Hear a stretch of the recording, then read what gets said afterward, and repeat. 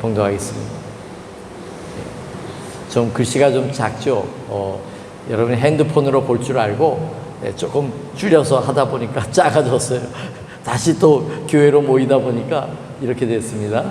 자, 다 같이 봉독합니다. 어떤 사람들이 유대로부터 내려와서 형제들을 가르치되 너희가 모세의 법대로 할례를 받지 아니하면 능히 구원을 받지 못하리라 하니 바울 및 바나바와 그들 사이에 적지 아니한 다툼과 변론이 일어난지라 형제들이 이 문제에 대하여 바울과 바나바와 및 그 중에 몇 사람을 예루살렘에 있는 사도와 장로들에게 보내기로 작정하니라. 그들이 교회의 전송을 받고 베니게와 사마리아로 다니며 이방인들이 주께 돌아온 일을 말하여 형제들을 다 크게 기쁘게 하더라. 예루살렘에 이르러 교회와 사도와 장로들에게 영접을 받고 하나님이 자기들과 함께 계셔 행하신 모든 일을 말하며 바리새파 중에 어떤 믿는 사람들이 일어나 말하되 이방인에게 할례를 행하고 모세의 율법을 지키라 명하는 것이 마땅하다 하니라. 사도와 장로들이 이 일을 의논하러 모여 많은 변론이 있은 후에 베드로가 일어나 말하되 형제들아 너희도 알거니와 하나님이 이방인들로 내 입에서 복음의 말씀을 들어 믿게 하시려고 오래전부터 너희 가운데서 나를 택하시고 또 마음을 아시는 하나님이 우리에게와 같이 그들에게도 성령을 주어 증언하시고 믿음으로 그들의 마음을 깨끗이 하사 그들이나 우리나 차별하지 아니하셨느니라. 그런데 지금 너희가 어찌하여 하나님을 시험하여 우리 조상과 우리도 능히 매지 못하던 멍에를 제자들의 목에 두려느냐. 그러나 우리는 그들이 우리와 동일하게 주 예수의 은혜로 구원받는 줄을 믿노라 하니라. 아멘. 갈라디아서 말씀 다 같이 봉독합니다.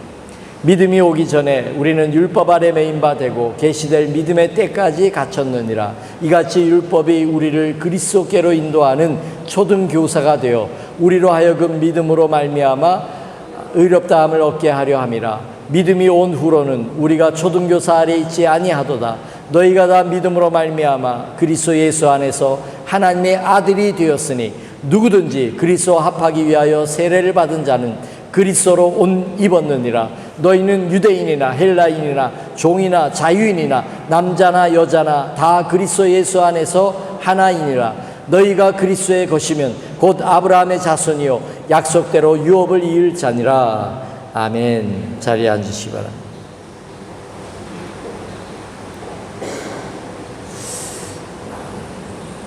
주일날 말씀은 새벽 말씀 증거한 말씀 중에 더 깊게 좀 해야 될 부분을 가지고 또 말씀을 나누고 있습니다. 자, 율법주의자라고 하는 말이 무슨 뜻일까요? 율법주의자라고 하는 말의 뜻은 율법으로 나의 의의를 삼고 살아가는 그런 사람이 율법주의입니다. 그러니까 율법을 통해서 내가 구원을 완성시켜 보겠다고 하는 사람이에요. 만약에 우리가 하나님을 믿으면서 율법주의자처럼 하나님을 믿는다면 어떨 것 같습니까? 이게 무슨 말일까요? 오늘 우리가 읽은 갈라디아서의 말씀에 보면 너희가 성령으로 시작했다가 이제 율법, 육체로 마치려고 하느냐? 그렇게 말씀하고 있어요. 우리가 예수님을 믿고 은혜 받고 구원을 얻고 하나님의 자녀가 되었다고 말하면서 시간이 지나면서 우리가 점점 율법주의자처럼 우리의 신앙의 모습이 변질될 수 있다라고 하는 것입니다. 오늘 여러분에게 이 질문을 드리고 싶어요. 이게 체크리스트입니다. 여러분이 신앙생활 하면서 기쁨이 있으십니까? 하나님을 믿는 기쁨과 즐거움이 있으십니까?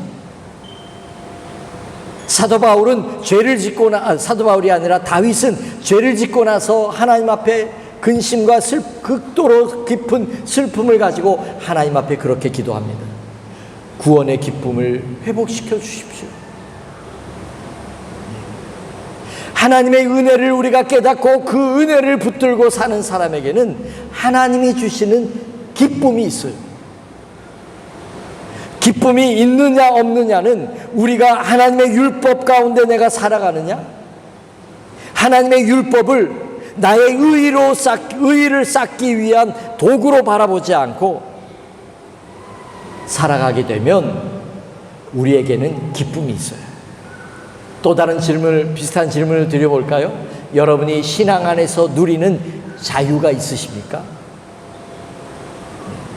예수님은 수고하고 무거운 짐진 사람들아 다 내게로 와라, 내가 너희를 편히 쉬게 하겠다. 우리가 믿는 이 기독교의 신앙은 자유함이 있어요. 기쁨이 있어요. 예수님이 우리에게 주시는 쉼이 있어요. 진리를 알지니 이 진리가 너희를 자유케 하리라. 아들이 너희를 자유케 하면 너희가 자유하리라.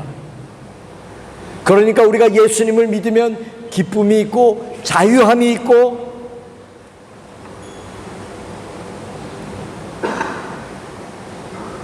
그런데요, 예수님을 믿으면서도 기쁨도 은혜 받았을 때는 기쁨이 막 있다가 점점 오래 믿으면 믿을수록 기쁨이 사라지기 시작해요. 그리고 신앙이 하나의 무거운 짐처럼 여겨져요. 예수님은 분명히 무거운 짐진 사람들아 다 내게로 와라 그렇게 말씀하실 것만, 예수님을 믿는 게 왜 이렇게 무거워? 차라리 안 믿고 그냥 내 마음대로 사는 게 편하겠다. 그리고 신앙을 중단하고 교회를 안 다니는 사람들이 굉장히 많습니다. 자, 이게 왜 이런 걸까요? 오늘 이 말씀이 그래서 우리에게는 너무나 중요한 거예요. 저는 여기에 한번 깊이 빠진 적이 있었어요. 이게 뭔지를 몰랐어요. 제가 로마서를 좋아합니다. 요한복음과 로마서를 좋아해요. 그래서 로마서를 참 많이 읽었어요. 아마 수십 번 읽었을 거예요. 그런데도 그 로마서가 이해가 잘 안 됐어요. 좋은 말씀들이 많지요. 그러나 사도 바울이 얘기했던, 사도 바울은 철저한 율법주의자였고, 그 철저한 율법주의자였던, 여기를 벗어나면 또 안 되겠네. 철저한 율법주의자였던 이 사도 바울이 예수님을 믿고 무엇이 변화되었을까? 로마서에서 말하는 핵심은 바로 그겁니다. 우리는 죄인이고,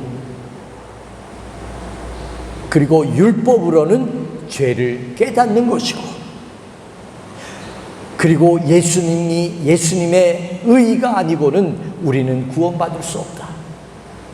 그러면서 자기 자신을 솔직하게 고백합니다. 내 속에 선과 악이 서로 싸우고 있고, 나는 하나님을 믿으려고 하지만, 선을 행하려고 하지만 내 속에서 악이 나를 사로잡아 오는 것을 내가 본다. 나는 죄에 붙들려 있다. 이 사망의 몸, 이 죽은 몸, 이것에서 누가 나를 구원할 수 있을까? 자기 자신의 모순을 고백하고 있어요. 자기 자신은 죽은 목숨과 같다고 그렇게 고백하고 있습니다. 로마서 7장에 그렇게 얘기하면서 로마서 8장에 넘어가서, 그러므로 그리스도 예수 안에 있는 자에게는 결코 정죄함이 없나니, 이 사망의 몸에서 성령께서 우리를 구원하셨다. 생명을 주셨다고. 예수 안에 있는 사람에게는 결코 정죄함이 없나니, 율법 아래 있을 때에는 이 율법이 우리를 정죄하고 우리를 괴롭히고 우리에게 의무를 지어주고 무거운 짐을 지어줬지만, 예수님이 오신 믿음, 믿음이 온 후로는, 예수님이 오신 후로는 이제 이 짐이 다 벗겨지고 우리는 하나님의 자녀가 되었고 이 은혜로 말미암아 하나님의 백성이 되었고 구원받은 사람이 되었고 멸망받을 영혼이 아니라 이제 천국 갈 하나님의 백성이 된 거예요. 사도 바울은 얼마나 철저하게 예수님 하나님을 믿었던 바리새인 중에 바리새인이었어요. 그 사람이 이 예수님을 만나고 난 후에 자기 자신의 모습을 그렇게 고백하는 거예요. 저의 고민은 그거였어요. 내가 아무리 노력하고 금식하고 1년에 2번 정도는 금식하고 그래도 이 죄의 문제가 해결이 안 되는 거예요. 내 마음과 생각에 떠오르는 이 수많은 죄악들이 해결되지 않는 거예요. 괴로워 죽겠는 거예요. 너무나 답답한 거예요. 그때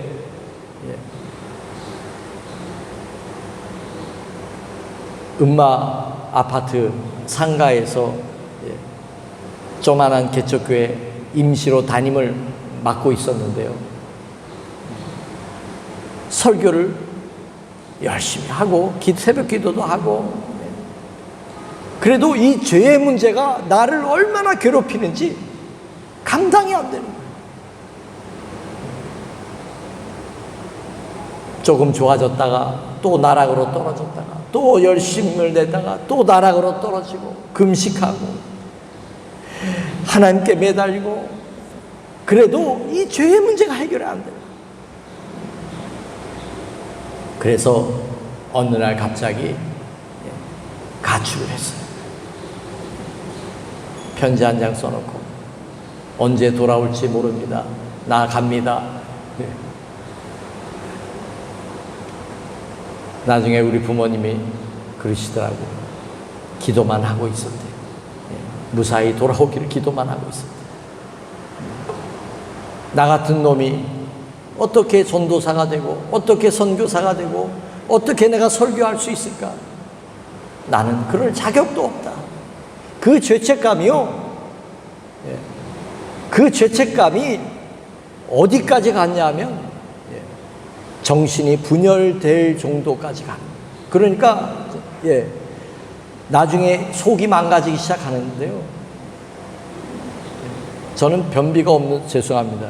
변비가 없는 사람인데 화장실에 가는 게 겁이 날 정도로 변비가 생기기 시작해요. 길을 지나가는데요.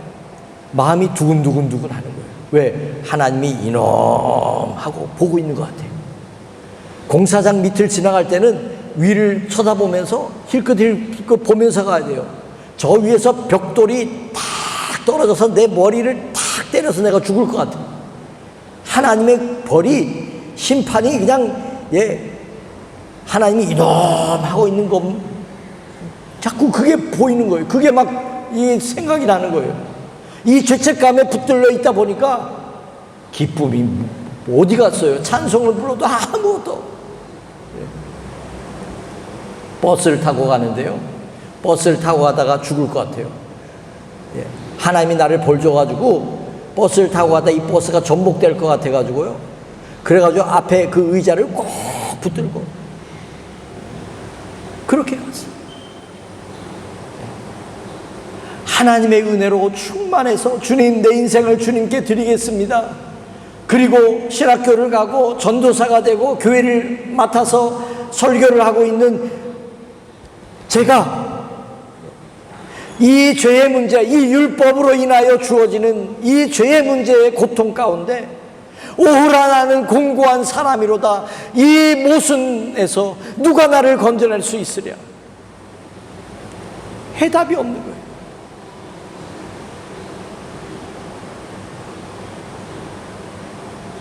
여러분, 예수님을 믿으면서 기쁨의 열매가 없다는 것은 나도 모르게 율법으로 돌아가고 있는 이게요. 제가 경험을 하고 나니까 나도 모르게 이 율법으로 가는 거예요. 열심을 내서 하는 사람이 그럴 가능성이 더 많아요. 열심히 있어가지고 막 달려가는데 자꾸 넘어지거든. 이제 다음에 안 그래야지. 그래 또 열심을 내는 거예요. 또 넘어져요. 다음에 또 안 그래야지, 안 그래야지. 그게 반복되고 반복되다 보니까 회개하고 죄짓고 회개하고 죄짓고 회개하고 죄짓고 이게 막 반복되다 보니까 나중에는 마음이 어떨까요? 아무 그게 없어요. 회개를 해도 감동이 없어요. 감흥이 없어요. 그냥 형식적으로 하는 거예요. 에이 뭐 또 죄질 텐데 뭐 자포자기가 돼버려요. 이런 사람이 교회에 굉장히 많습니다. 하나님의 은혜 가운데 붙들리지 않고 율법의 의의를 쫓아서, 그래서 성경에 보면 사도 바울이 왜 그토록 죽어야 된다 죽어야 된다 나는 죽었다 욕심을 십자가에 나는 못 박았다 그런 얘기가 왜 나오는 걸까요? 심지어 나는 날마다 죽노라 그런 얘기가 왜 나오는 걸까요? 이것 때문에 그런 거예요. 나도 모르게 내가 나의 의의를 쌓아가고 그렇게 가는 거예요. 그렇게 가다 보면 하나님의 은혜를 놓쳐요. 오늘 우리가 읽은 갈라디아서 말씀에 믿음이 오기 전에는 율법이 있었고 그 율법은 초등교사였다. 그리스도에게로 인도하는 초등교사, 마치 보모처럼 학교에 데려다주고 데려오는 그 사람이 초등교사, 몽학선생이라고 불렸어요. 그 당시. 그러니까 이 율법은 우리로 하여금 죄를 깨닫게 하고 너는 죄인이야. 자, 하나님이 이스라엘 백성에게 주신 10계명이 있습니다. 10가지 계명. 나 외에 다른 신을 섬기지 말아라. 우상 만들지 말아라. 쭉 계명이 있어요. 부모도 공경하고. 마지막 계명이 뭔지 아십니까? 내 이웃의 물건을 노비나 무엇이든지 물건이나 무엇인지 탐내지 말라. 탐심의 문제, 양심의 문제, 우리 속의 문제를 다루고 있어요. 다른 거는 겉으로 드러나는 거예요. 살인하지 말아라, 간음하지 말아라, 도둑질하지 말아라. 그러나 마지막 계명에서 탐심의 문제가 있는 거예요. 그런데 어때요? 우리 속에, 우리가 죄인이기 때문에 우리 속에 끝없는 욕심이 있는 거예요. 여기에 마지막 계명에서 다 걸려 넘어지는 거예요. 그런데 우리는 9계단을 올라가면서 나는 9개 지켰어, 10개도 나는 지킬 수 있어. 그리고 그걸 바라보면서 내가 내 힘으로 그것을 지킬 수 있다라고 생각하고 그렇게 열심히 신앙생활 하는 거예요.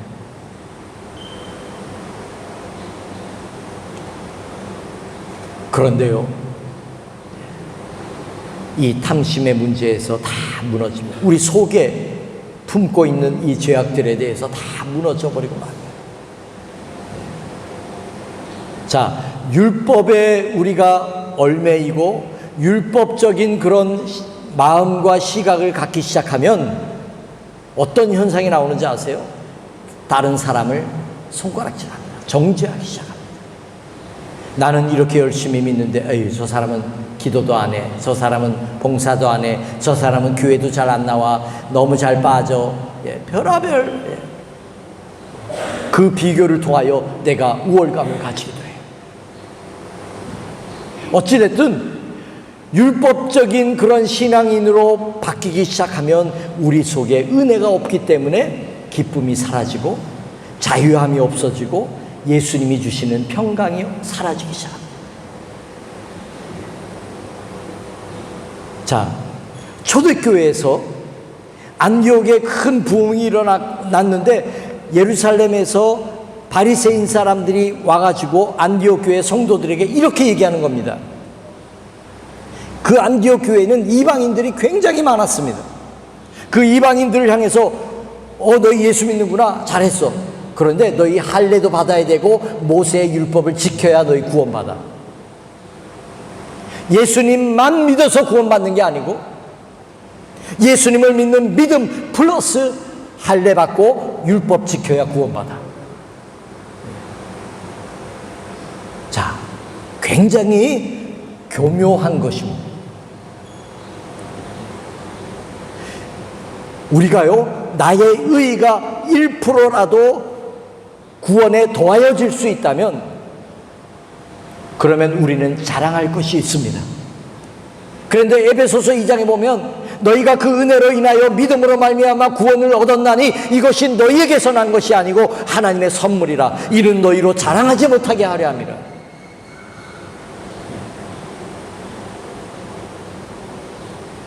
우리가 하나님의 은혜 가운데 살 수 있는 그 비결은 뭘까요? 철저하게 하나님의 은혜만, 나를 위하여. 우리가 아까 찬양했잖아요. 1000번을 불러도 눈물밖에 안 난다고. 나를 위해서 십자가에서 쏟으신 그 사랑 때문에, 그 사랑을 붙들고 그 사랑으로 인하여 우리의 믿음이 아버지 앞에 나아가고 봉사하고 감사하고 기쁘고. 여러분, 예수 그리스도에게서 우리의 믿음의 시각이 조금만 벗어나도 우리는 내 속에 나의 의지가 꿈틀대고 살아나기 시작합니다. 그래서 우리는 전적으로 나를 위하여 십자가에 죽으시고 부활하신 예수 그리스도를 분명히 바라보고, 나를 위하여 십자가에 죽으신 그 예수님을 우리는 늘 생각하고 감사합니다. 그것을 놓치고 다른 것을 바라보고 다른 것을 생각하는 순간에 우리는 나도 모르게 형식적인 종교인으로 떨어져 버립니다.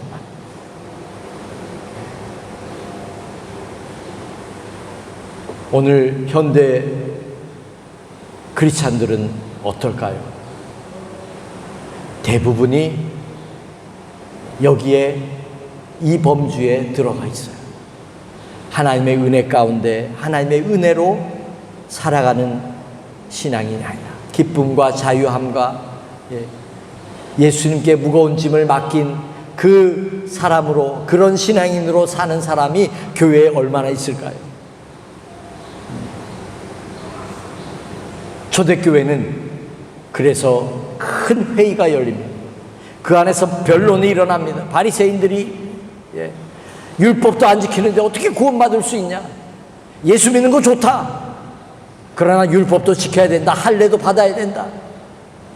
그러자 베드로 선생님이 우리 조상들도 지키기 어려웠던 그 무거운 짐을 왜 이방인에게도 지우려고 하느냐?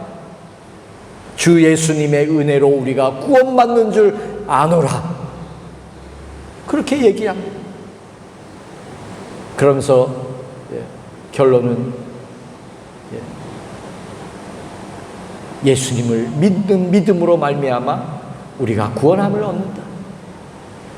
다만 하나님의 자녀들이라면 목매어 죽인 것과 그런 것, 나쁜 짓 하고 이런 거는 삼가해야 된다. 그래야 너희가 복이 있을 것이다.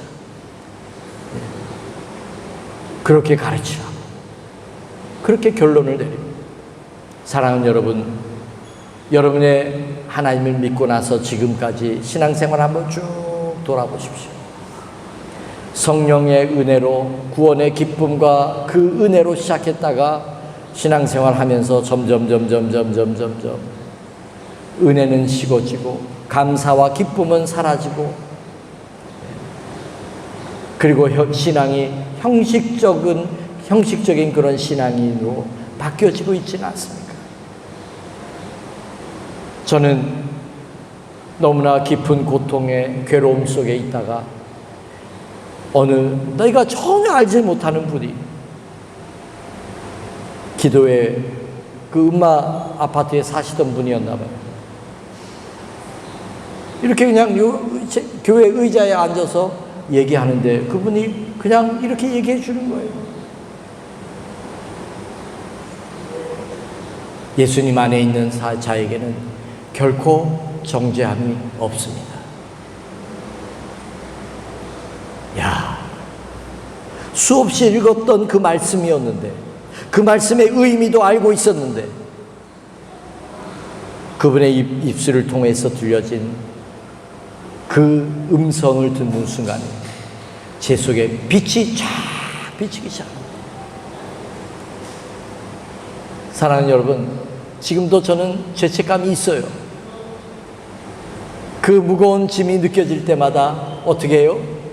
나 혼자 괴로워하고 하나님이 나 벌 주지 않을까, 그리고 무서워하고, 이게 아니에요. 이제 십자가 앞으로 달려갑니다.